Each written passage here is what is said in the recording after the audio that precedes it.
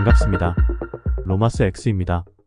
오늘은 태도 논란으로 대중으로부터 싸늘한 비난을 받고 있는 여행 유튜버 곽튜브의 사례를 통해 괴롭힘에 대하여 이야기해 보고자 합니다.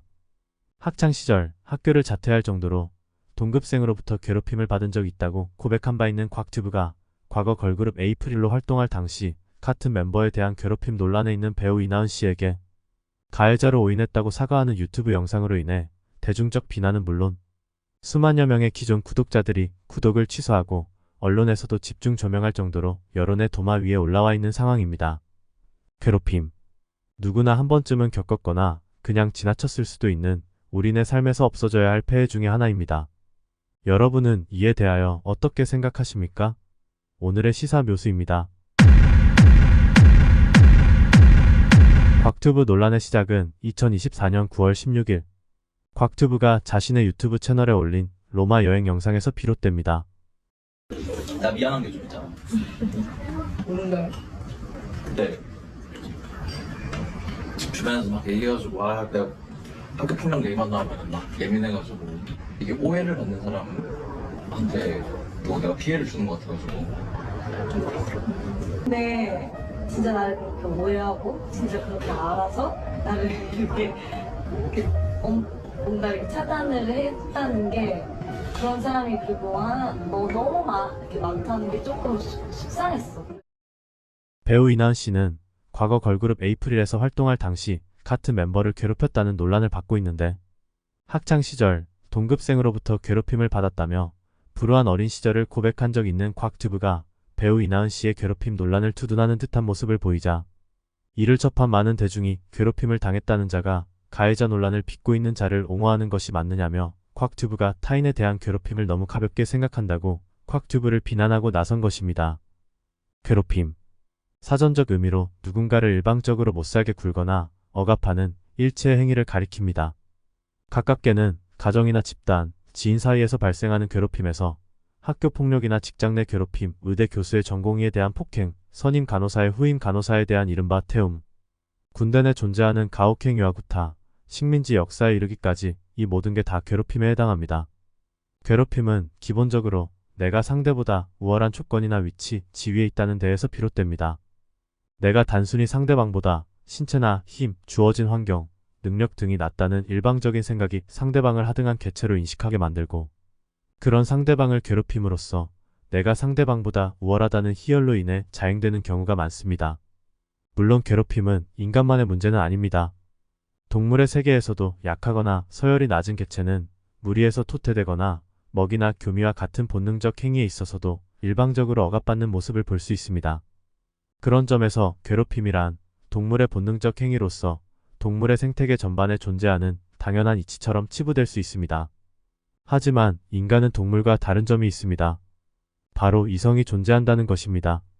인간에게는 이성이 존재하기 때문에 비록 그 행위가 동물에게서 일반적으로 볼 수 있는 본능적 행위라고 할지라도 이성적 판단에서 옳지 못한 행위로 평가된다면 허용되지 않을 수도 있습니다. 따라서 누군가를 괴롭히는 행위 또한 그런 관점에서 바라봐야 합니다. 누군가가 나를 괴롭혀서 그에 대응하여 상대방을 괴롭히는 것은 공평이라는 이성적 관점에서 허용될 수 있습니다. 그러나 상대방이 그럴 의도나 행위조차 없는데 자신만이 일방적으로 자신의 희열을 위해 상대방을 괴롭히는 것은 결코 허용될 수도 허용되어서도 안 됩니다. 문제는 이런 괴롭힘이 단순히 괴롭힘에서 끝나는 것이 아니라 그 괴롭힘으로 인해 극도의 수치심과 스트레스를 받은 상대방은 깊은 우울감에 빠져 최악의 경우 극단적 선택에까지 이르게 된다는 점에서 인간에게 있어 괴롭힘은 심각한 사회적 폐해를 넘어 하나의 범죄입니다.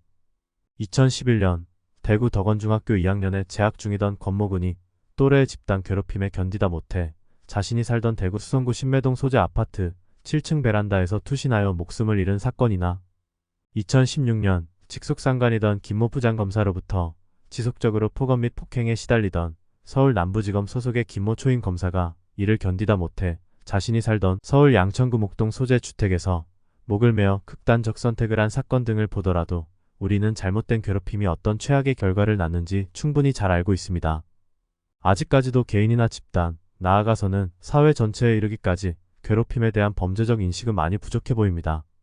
이번 곽튜브의 태도 논란에서도 알 수 있듯이 괴롭힘이 엄연히 범죄임에도 불구하고 곽튜브가 굳이 괴롭힘 논란에 있는 이나은 씨를 위해 마치 처음부터 그런 논란이 존재하지 않았던 것처럼 자신의 오해를 사과하고 비호하는 모습에서 아직까지도 괴롭힘이 곧 범죄이며 그걸 결코 가볍게 다뤄선 안 된다는 걸 모르는 이가 여전히 존재한다는 걸 확인할 수 있었습니다. 인간 세계에서 괴롭힘이란 엄연한 범죄입니다. 단지 누구나 공감하고 인정할 수 있는 대응적 성격의 괴롭힘에 한해서만 예외적으로 용서받을 수 있을 뿐입니다. 이번 곽튜브 태도 논란을 통해 어린 시절 학교폭력이라는 괴롭힘의 피해 당사자였던 만큼 그 누구보다 충분히 괴롭힘은 곧 범죄라는 인식을 갖고 있을 줄 알았던 사람이 그런 인식은커녕 오히려 가볍게 생각하는 언행을 보이자 이를 접한 대중이 먼저 이를 지적하고 비난에 나선 것이란 점에서 곽튜브는 물론이고 아직까지 남을 향한 괴롭힘이 범죄인 줄 모르고 있는 사회 구성원들 모두에게 다시 한번 환기시키고 각성하도록 하는 계기가 되었길 바랍니다. 아울러 사회나 국가는 그런 인식의 재확산을 위해 제도적으로나 정책적으로 정비해야 할 사항은 없는지 점검해보는 기회의 순간으로 삼아야 할 것입니다. 우리나라 헌법 제11조는 후단에서 누구든지 성별, 종교 또는 사회적 신분에 의하여 정치적, 경제적, 사회적, 문화적 생활의 모든 영역에 있어서 차별을 받지 아니한다고 규정하고 있습니다. 하지만 괴롭힘은 차별의 수준을 넘어선 폭력이고 범죄입니다. 무심코 던진 돌에 개구리는 맞아 죽고 그 개구리는 얼마든지 자기 자신은 물론 내 가족이나 내 자녀조차 될 수 있다는 점을 사회 구성원 모두가 반드시 명심해야 합니다. 오늘은 여기까지입니다. 다음 시간에 뵙죠. 고맙습니다.